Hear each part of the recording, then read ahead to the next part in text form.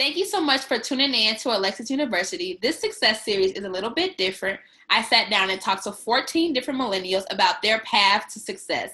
Make sure you stay tuned each week to learn about their journey. Hello, everyone. My name is Asia French. I'm an operations program manager at Microsoft full-time and part-time. I dabble in a little bit of content creation via YouTube, as well as a little bit of brand consulting. So can you tell us a little bit about your college experience and why you chose to go to a HBCU instead of a PWI? Oh, for sure. So one, I hate to admit this, but I was once one of those people that was like, I'm not going to a HBCU. And I am ashamed, actually, because not only did I go to a HBCU, I went to the best HBCU, okay? The best one, North Carolina Agricultural and Technical State University. But no, in high school, I was in marching band. I played clarinet. And my band director, he actually went to A&T. He marched in the band there. And I remember I was like going into my senior year of high school. So it was like kind of junior year, I guess. Yeah, it was junior year. And he took us to the homecoming game. And he was like, we're going to go to the homecoming game and we're going to compete in this like band competition there. And if we win, we get to go to the game for free. And he was like, all right, give us $40, 20 for the bus and 20 for the game ticket. So last minute he changes and he's like, well, I just need $20 for the bus. Don't bring the $20 for the ticket because, you know, we're going to win. And I'm just like, but what if we don't win? I want to go to homecoming. And we surely won. And we wound up going to the homecoming game and we sat right at the very bottom, and we were literally right on the floor in the thick of things. And that's when I just knew. I said, yeah, like coming to A&T, just seeing so much Black success, and just I had never been in a crowd of just all Black people that looked happy. Nothing was about to happen. You know, being a Black girl from Flint, you watching your shoulder in large crowds, but there, no one was worried about that. And it just felt right. It just felt like I was at home. But I did, of course, apply to PWIs. I just chose another route. Gotcha. And so what did you go to school for? And at any time, did you change your major or did you go into college knowing what you was going to do? Okay, so I started studying just regular business administration, business management. But one of the guys I met in school, I didn't see him for like a whole semester. I'm like, where have you been? Like, you know, what's been up with you? And he's like, I was on a co-op at Johnson & Johnson. And I was like, a co-op? Like, what is that? He's like, well, you know, you take a semester off school and you go work. And I'm like, I want to go work. Like, I want to go work at Johnson & Johnson. And he's like, well, what's your major? And I was like, management. And I went to school actually on a management scholarship. So I'm working hard in the management classes. And he was like, oh no, you're not going to get no opportunities. I'm sorry, any management people, I'm sorry. He's like, you know, you're not going to get any opportunities, so you should switch your major to supply chain. And I was like, what? He went to Johnson & Johnson and he studied supply chain, so I'm about to go switch my major to supply chain. Work at Johnson & Johnson. And I switched my major, and I actually did wind up going to go work at Johnson & Johnson. And I am a huge supply chain management advocate. It is like what I work in professionally, but also just having a love for like getting things from point A to B. And overall, supply chain allows you to touch multiple aspects of business. If you are a management major and you see this, unless you truly do want to go into actual management or even entrepreneurship, highly encourage you to switch to the dark side, or as I like to call it, the money team, and switch your major to supply chain. And if you need to ask some questions, you know, contact me. You're the girl. Oh, we'll talk about it. So for me, the reason why I chose a PWI over HBCU is because I felt like nowhere in the world was I going to go somewhere and everybody was going to look like me. So how do you think that going to a HBCU prepared you for the real world and like your job today? Yeah, definitely. So I think, so it's funny because you've had the experience where you constantly have been around, not even just been around, but you've constantly been the minority, right? Right. And I think the biggest benefit about going to a HBCU is you are the majority. You get to feel what it feels like to be empowered, be in mass, be amongst people that look like you and also think like you, but also you'll learn that there's so many different types of Black people. You know, I'm originally from the Midwest. So when I moved to North Carolina in high school, that's when I was really getting exposed to the South. But it was college that exposed me to Western Black people, you know, Black people from the islands, Black people from the real South. So that's one thing, you know, it is super diverse within our own community. And I really got to learn, you know, of course, history and heritage and just pride. But I think above all, you know, I had to learn to be the best because being Black wasn't enough. A lot of the times in high school, I was going to these settings and I was the only Black person. So of course I'm already showing out.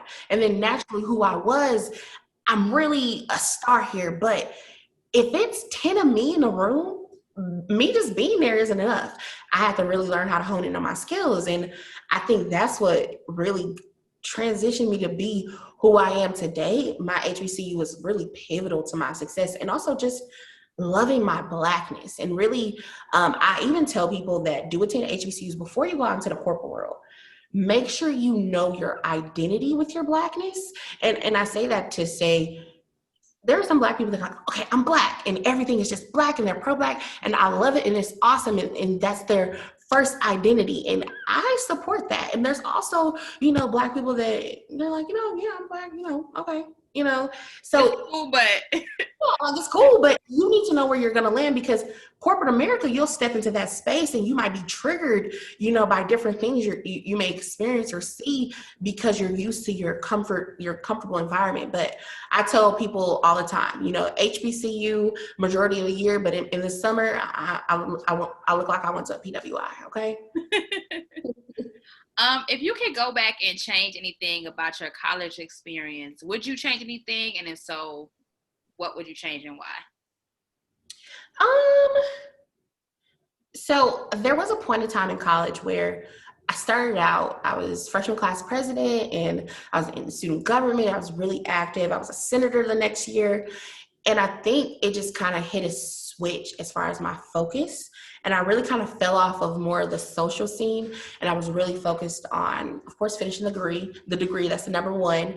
And also just securing that full-time offer. I was really hungry and really passionate about going to a company that I could have it all. Like, I'm that kind of person. I'm like, I know it's possible to get all that you want. So I was really going for it. But if anything, if I was to just say one thing, I wish I would have maintained both and still stayed into like the social aspect of campus because you only get one undergrad. You do not get undergrad again. But fortunately, like when you're Aggie, it feels like you still have that community forever. So I don't feel like I'm missing too much. What lessons did you learn while you were away at college? It's really like, what lesson didn't I learn? Like, I think every bit of who I am now, and of course, like you get your foundation as you come up, but application, I feel like it's all through college. You know, it's the first time you're alone, you're spending money, you know, I think I would say like if there was like biggest lessons that I really wanted people to take away from me in college overall, number one, do not get a credit card unless that's been another, somebody else said that too. Listen, do not dangle in that credit unless you are really, really prepared financially. And it is okay if you have already dabbled a little bit and you're like, I got over your head. Trust me, that happened to me, and I call it like college debt, you know, college credit or whatever. But college credit turns into adult credit, okay? Like when you graduate and you're looking for your first apartment, you know, you're making this nice salary. You don't want somebody to go and co-sign for you because, you know, you misplayed with money in college, and that even goes to your refund check. You know, refund check isn't a free money. Refund check is borrowed money, okay? So pay what you pay. Your rent, pay your whatever, if you're using it for part of your car now, whatever it is, handle your business. So of course, just number one, I learned how to be financially savvy. Okay. My first year of school, my mom really spoiled me because she just sent me money. But then I got a job and then I knew what it was like to work all them hours for $200 a week. Okay. So when you put all that in perspective, you learn the value of money. And I think after that, I would just say the biggest thing I learned was, you know, we are all on our own journey. You know, every single person is on their own journey. So if you still are in college, you know, kindness goes so far, you know, because everyone is figuring themselves out. And I think you can choose each day whether you're going to be an addition to someone's life or going to take something away. And I think any chance you get, you should try to add something versus, of course, taking away from them. What is something you wish you knew before you went to college? Unfortunately, I grew up one of those kids like, oh, you're so smart. And, I never studied and I just would sit in class and show up. So I never really learned how to study. And I think that is the biggest thing that really kind of like, not to say set me back in college, but just was a challenge for me because I was trying to master so many different subjects, and I was truly learning a lot of them from scratch. So it wasn't like high school where you could just sit in the class for, that hour or whatever amount of time we did. And it was simple coursework. So I think that was the biggest thing, is just learning how to study. But for me, I just got into routines. Routines were everything for me. Like, it was like I went to class. In between classes, I looked over my notes. Before I went to bed, I would look over everything, because I don't know if it's just like a little rule in my life that I think it actually works. But if I look at something before bed, I feel like I remember it. But I also really do believe that I have like photographic memory. Like, I do, because in tests sometimes I just would center myself on a word and it would just come. So Come to you. I think I do.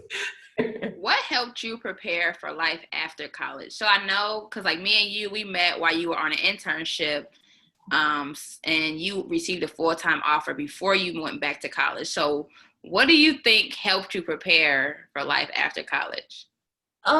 So I have been on my own really primarily for a while, as far as just doing my day to day. So I think I was pretty much well equipped with like the things that I needed to do. And I was super excited about getting into them. Being that I did do that co-op, I wound up doing 5 years of school. So by that point, I was 20, I was 22 when I graduated. No, I was 23. And I was like, all right, I'm ready to go. Adult talk me, please. So I think that definitely made it easy. But overall, just I wasn't afraid to ask people questions. If I wanted to know something, I knew that I had trusted people in my corner, whether it was here at Microsoft, already here and already in these roles, to say like, hey, where should I live, or how should I plan for this? Even when it came down to budgeting, how should I set up my budget? How much fun money do you use as an adult? Because all your money can look like fun money if you play. So I think just reaching out, not being afraid, I know when you get the full-time offer, people don't want to talk numbers and it's so taboo and all these things. But at some point, you got to get comfortable with someone to be able to have those conversations, because some people's parents, they're not even equipped to have those conversations. So Right. you have to reach out to who is available to you, so that you get the support you need and you feel best equipped, because being financially savvy can be very challenging. And if you don't build the skills early, it's really hard to catch up on those, in my opinion. And then you talked a little bit about the fact that you like need to find someone who to talk, about salaries with. How do you suggest somebody goes about doing that if they're like trying to figure out if the full-time offer is worth their while, or if they need to be pursuing something else or asking for more? Yeah, definitely. So this is my first thing. If you think you should be asking for more, I think the first thing you should like have in your mind is, what are you saying that you're going to bring to the table that equates to that more? Because that's the first thing. If you're going to go in with a negotiation mindset, fortunately, I didn't feel like I needed to negotiate, but that's also because I did kind of have a benchmark number that someone before me did give me. And I'm like, okay, if it's in this range, I know that this is good. Luckily, a lot of these programs out of college, everyone kind of makes the same salary in these programs. So it's not really much to compare to, but I will say it varies by industry, where you live, and some places experience. Like, I know Microsoft considers your internship experience. Some companies don't. But I would say make sure you're going apples to apples and not apples to oranges. Have conversations with people that you consider amongst your level band. And I say that because it's challenging talking to someone that may not be on the same wave, because this is another thing. People get a little insecure during this time of transitioning, because we all want so much. And even the people that think that they may have it all, they still want more. So I think you got to be careful with these conversations. And that's why I say, like, do it with where you feel comfortable and where you feel trust, because that's unfortunately a stigma in the Black community. We don't talk about money. Talking about money is taboo, you know, so break this. Oh, another topic. It is. Do you think being a first generation college student puts you at a disadvantage for those who may have had someone in their family or their parents directly go to college?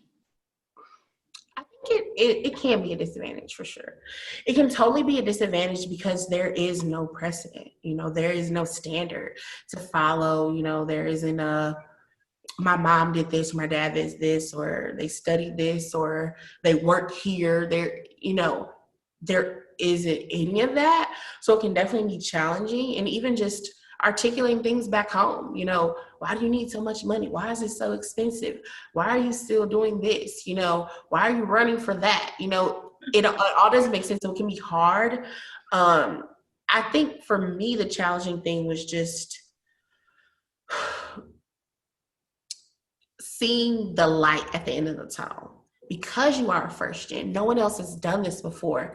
So people are rooting for you, but they don't really know and really understand what it's like to be in the college environment, you know? And I think, like, college is high school on steroids. You know, if you ever seen Zoe 101 and Yes. you boarding school, like, that is college on steroids. And I don't know. It was hard. I can't flex at all, but fortunately for me, I was able to make, like, amazing friends that really turned into family. And I wound up spending a lot of time with them, whether it was like holidays or school things. So just had a really good community, a really good network. And like I said, I also wasn't afraid to reach to other people, you know, mentors on campus, professors. Like I said, I just knew I wanted it. You know, I knew I wasn't going to be the first anymore. You know, so I had to change and really create the foundation and also the knowledge base so that I could pass it down, and not even just, like, you know, my own future children, but nieces and nephews. And, you know, the breaking the generational curses isn't just within who you produce. It can definitely go to, you know, siblings as well. Right. And then just to kind of piggyback off that question, what's something specifically that you would say to first generation college students that they should be thinking about as they're entering college, or even if they're in college now and they might be like, I can't really lean on anybody back at home because, like you said, they haven't been through that. So, like, what's something that you would say specifically to them? So fortunately, A&T had a, like, program for first generation college students. So that, I think that's the first thing, is check your university, see if you have any resources whatsoever. Even if you don't have any resources, if you have the bandwidth and the time, start the resource. Right. That's, like, start the resource and talk to someone on your campus and figure out, how do we create resources for first generation college students, you know? And that's kind of how I think about things. It's like, all right, if it's not there, how can I make it be there? First generation students I feel like personally, we have a different resilience because it's so much riding on it, because, you know, if you do this, it's life changing. You know that it will just really change the game for you. So I just say, maintain that resilience, maintain that same ambition and dedication. And even from a monetary standpoint, it can definitely be challenging as well. A lot of first generation students wind up qualifying for work study. So if you can, you know, get you some work study, so you're working on campus if possible. If not, you know, get you an off-campus job, but, you know, get yourself a routine. You know, you study, you go to work, you hang with your friends, like, and enjoy your experience, because one day it's over, you know. And I think about it, I've been out of school a year now. It's over. I won't ever be doing those things again, but the journey and the experience was definitely worth the while. So enjoy your journey while it's here, because one day you'll be looking up and you'll be here interviewing with Alexis University. Okay. Are there any last words of wisdom that you want to give to the students who are watching this? Yes, I would just definitely say, students, you know, I'm rooting for you from far and from near. I just hope you stay encouraged as you embark on your collegiate journey. It is really, it's not your first prime. Well, I would say it is your first prime. You know, we have multiple primes in our life, but enjoy it. Take everything for what it is. If you have the ability to study abroad, study abroad. Don't rush your 4 years, okay? Because after those 4 years are gone, you don't get to jump back into into that type of lifestyle, okay? Enjoy your friends, enjoy who you wind up getting to love and getting to know, and overall just really live, live. I think college was awesome, and I will stay connected to my college friends and some of my college mentors forever. So build the right connections and it'll be worth your while. All righty. Well, thank you so much for joining us on Alexis University today. It's been great talking to you, especially hearing about your experiences from going to a HBCU, because we haven't had a lot of interviews like that. So people who may be on the fence or maybe thinking about transferring, this would be great for them to hear. Maybe they might go to A&T. So you never know. But thank you so much again for joining us today. No problem. Thanks so much, guys. Thank you so much for tuning in to this week's Success Series. Make sure you like, comment, and subscribe to our channel to get alerted for the next video.